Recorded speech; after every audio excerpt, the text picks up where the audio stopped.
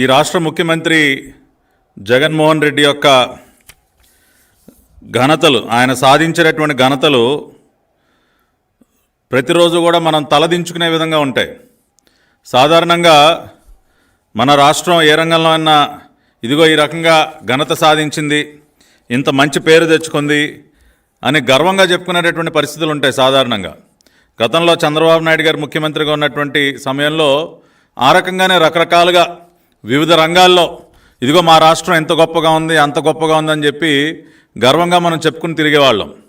Caller ఎగరేసుకుని నిలబడేటటువంటి పరిస్థితి ఉండేది. కానీ ఇవాళ ఏ రోజు ప్రధాన వార్త చూసినా కూడా మన సిగ్గుతో తలదించుకునే విధంగానే వార్తలు ఉంటూ ఉన్నాయి, వాస్తవాలు ఉంటూ ఉన్నాయి, వివిధ కేంద్ర ప్రభుత్వ నివేదికలు ఉంటూ ఉన్నాయి. వివిధ రంగాల్లో రాష్ట్రం ఎంత అధ్వానంగా మరి తన పనితీరు ప్రదర్శిస్తూ ఉందో ప్రతిరోజు కూడా మనం నిత్యం పేపర్లలో చదువుతూనే ఉంటాం. మరి ఆ కోవలోనే ఈరోజు మళ్ళీ మనం ఒక కొత్త నివేదిక యొక్క ఫలితాలు, పీరియాడిక్ లేబర్ ఫోర్స్ సర్వే ఏదైతే మరి కేంద్ర ప్రభుత్వం ప్రతి సంవత్సరం కూడా నిర్వహించినటువంటి ఈ సర్వే ఏదైతే ఉందో, మరి ministry of statistics and planning వారు నిర్వహించినటువంటి ఈ సర్వే, ఆ సర్వే నివేదిక, తాజా నివేదికలో కొత్తగా ఒక అంశం ఏం బయటపడిందంటే, దేశంలోనే మరి అత్యధికంగా చదువుకున్న యువతలో నిరుద్యోగులు అత్యధికంగా ఉన్నది మన రాష్ట్రంలోనే అని చెప్పి ఈరోజు వార్తాపత్రికల్లో ఉన్నటువంటి ప్రధాన హెడ్లైన్. నిరుద్యోగంలో నెంబర్ 1, పట్టభద్రుల నిరుద్యోగంలో బీహార్ని మించిపోయిన ఏపీ, అత్యధికంగా రాష్ట్రంలో 24% నిరుద్యోగిత, కేంద్ర ప్రభుత్వ వార్షిక నివేదికలో బహిర్గతం. 24% అంటే చదువుకున్న యువతలో, గ్రాడ్యుయేట్స్ అయిన యువతలో 24% నిరుద్యోగత. అన్ఎంప్లాయ్మెంట్ రేట్ 24% అండి గ్రాడ్యుయేట్ యూత్లో, which is the highest in the country, దేశంలోనే అత్యధికం. మరి అటువంటి గొప్ప ఘనకార్యాన్ని మరి మన రాష్ట్రం సాధించినట్టు పీరియాడిక్ లేబర్ ఫోర్స్ సర్వే వారు గణాంకాలు చాలా స్పష్టంగా వాళ్ళు వెల్లడించారు. మిగతా అనేక రాష్ట్రాలతో మనం పోల్చుకున్నట్లయితే, ఉదాహరణకి తెలంగాణ రాష్ట్రం చూసినట్లయితే, పొరుగునున్నటువంటి తెలంగాణ రాష్ట్రంలో 16.6% మాత్రమే మరి చదువుకున్న యువతలో నిరుద్యోగ రేటు, అన్ఎంప్లాయ్మెంట్ పర్సంటేజ్ ఉంది. తమిళనాడులో 16.3% ఉంది, కేరళలో 19.8% ఉంది, బీహార్లో 16.6%, కేవలం 16.6% బీహార్లో ఉంది. ఆ రకంగా మనకంటే కూడా అన్ని రాష్ట్రాలు కూడా చాలా తక్కువ అన్ఎంప్లాయ్మెంట్ పర్సంటేజ్ రేట్తో ఉంటే, మన రాష్ట్రం మాత్రం అత్యంత అధ్వానంగా 24%. ఇవాళ రాష్ట్రంలో పట్టభద్రులు అవుతున్నటువంటి యువతీ యువకులకి ఉద్యోగాలు లేక 24% మంది ఇవాళ ఉద్యోగాలు లేక వాళ్ళు ఇబ్బందులు పడుతున్నారు. అన్ఎంప్లాయ్మెంట్ రేట్ అంత ఎక్కువగా ఉంది. మరి దీనికి కారణం ఏంటి? గతంలో ఇటువంటి పరిస్థితి ఉందా అంటే ఇటువంటి పరిస్థితి ఎప్పుడు కూడా లేదు. ఈ రకంగా ఇన్ని రకాలైనటువంటి కారణాల వల్ల ఇవాళ ఏం జరుగుతోంది? ఉద్యోగాలు దొరక్క విపరీతంగా అన్ఎంప్లాయ్మెంట్ రేటు పెరిగిపోవటం వల్ల ఇవాళ మన కళ్ళెదురుగుండా కనపడుతున్నటువంటి ఫలితం ఏంటండి? విపరీతంగా ఆత్మహత్యలు పెరిగిపోతున్నాయి.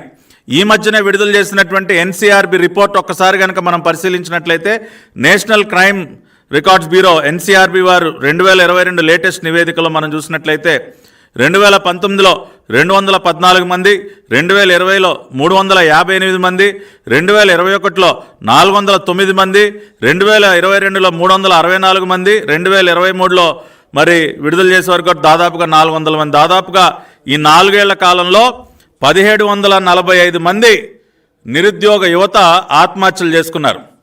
కేవలం నీ యొక్క చేతగానితనం వల్ల, నువ్వేదైతే దగా చేసావో, ప్రతి సంవత్సరం కూడా జనవరి మాసంలో జాబ్ క్యాలెండర్ విడుదల చేస్తానని చేయకుండా కొన్ని లక్షల మంది నిరుద్యోగుల్ని దగా చేసినందుకు గాను ఇవాళ మన కళ్ళెదురుగుండా కనపడుతున్నటువంటి వాస్తవం ఏంటంటే 1745 మంది నిరుద్యోగులు ఆత్మహత్యలు చేసుకున్నారు.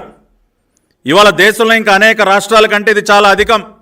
బీహారు, పశ్చిమ బెంగాల్ 2 రాష్ట్రాలు కలిపినా కూడా ఇంతమంది నిరుద్యోగులు ఆత్మహత్యలు చేసుకోలేదు.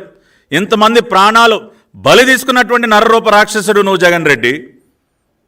ఒక పక్కనేమో పెట్టుబడులు రాకుండా ఆపేశావు. ఏ రకంగా పరిశ్రమలు కానీ కొత్త సంస్థలు కానీ రాష్ట్రంలోకి రావటం మానేశాయి. దానివల్ల కొత్తగా ఉద్యోగ కల్పన అనేది ఆగిపోయింది. ఫారెన్ డైరెక్ట్ ఇన్వెస్ట్మెంట్స్ ఆగిపోయాయి. ఉద్యోగ కల్పన లేకపోవటం వల్ల ఇవాళ ఉద్యోగాలు లేక దిక్కుతోచినటువంటి పరిస్థితుల్లో ఇవాళ రాష్ట్రంలో ఉన్నటువంటి యువత అంతా ఉన్నారు. రెండో పక్కన చంద్రబాబు నాయుడు గారు యువత కోసం ప్రారంభించినటువంటి నైపుణ్య శిక్షణ కేంద్రాలని నీ కక్ష సాధింపులో భాగంగా వాటన్నిటిని కూడా అటకెక్కించావు. 40 స్కిల్ డెవలప్మెంట్ సెంటర్స్. ఇవాళ కనుక 40 స్కిల్ డెవలప్మెంట్ సెంటర్స్ మన కళ్ళెదురుగుండా ఉండుంటే కొన్ని లక్షల మంది యువతకి దానిలో మంచి నైపుణ్య శిక్షణ దొరుకుండేది. ఎంతోమందికి ఉద్యోగాలు కూడా దక్కుండేవి కదా జగన్ రెడ్డి. ఇవాళ నీ కడుపు మంట వల్ల స్కిల్ డెవలప్మెంట్ సెంటర్స్ అన్నీ కూడా మూత పడటం వల్ల ఇవాళ ఎంత నష్టం జరుగుతూ ఉంది. 24% సిగ్గుండాలి నీ ప్రభుత్వానికి. ఈ రాష్ట్రంలో పట్టభద్రులైనటువంటి యువతీ యువకులలో నిరుద్యోగ శాతం 24%, which is the highest in the country. ఇవాళ నువ్వు తమిళనాడు తీసుకున్నా, తెలంగాణ తీసుకున్నా, కర్ణాటక తీసుకున్నా, ఆఖరికి బీహార్, ఛత్తీస్గఢ్ లాంటి వెనకబడినటువంటి రాష్ట్రాలు తీసుకున్నా కూడా మనకంటే చాలా తక్కువగా ఉంది అన్ఎంప్లాయ్మెంట్ పర్సంటేజ్ రేటు. ఇవాళ ఇన్ని రకాలైనటువంటి దుర్మార్గాలు నువ్వు చేయటం వల్ల ఇవాళ ఎంత నష్టపోతా ఉన్నారో నువ్వు ఒక్కసారి ఆలోచించాలి. 1745 మంది ఆత్మహత్యలు చేసుకున్నారు. కొంతమంది ఆత్మహత్యలకు బలవుతూ ఉంటే ఇంకా మెజారిటీ శాతం ఏం జరుగుతూ ఉంది? ఉద్యోగాలు లేక రోడ్ల మీద తిరుగుతున్నటువంటి యువత ఈ రోజున నీ గంజాయికి బానిసలైపోతూ ఉన్నారు.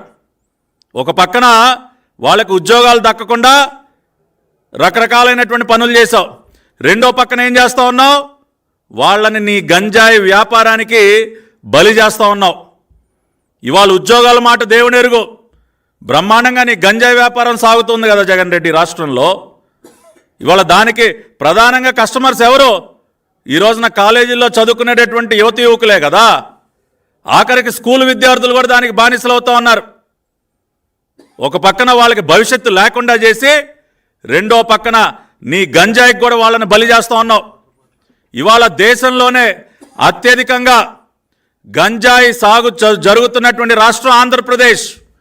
దేశవ్యాప్తంగా మరే ఇతర రాష్ట్రానికి గంజాయి ఎగుమతి జరగాలన్నా అది మన రాష్ట్రం నుండే. ఇవన్నీ నేను చెప్తున్నటువంటి విషయాలు కాదు, నార్కాటిక్స్ బ్యూరో చెప్తా ఉంది. ఇవాళ డ్రగ్స్కి గంజాయికి ఒక అడ్డాగా మారిపోయింది ఆంధ్రప్రదేశ్ అని చెప్పి ఇవాళ ఒక తరం మొత్తాన్ని నాశనం చేస్తా ఉన్నావు నువ్వు.